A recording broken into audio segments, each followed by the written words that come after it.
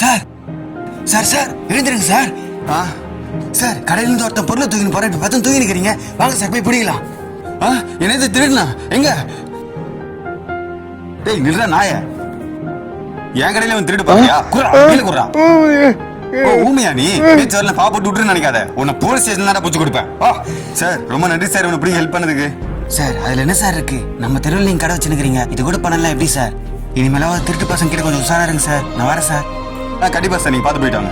ஏய் நடுறா திருட்டு நாய, வீடு குறா குறா. எதுக்கு விட்ட ஓடுறதுக்கா?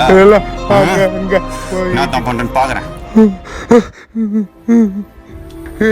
இங்க நீ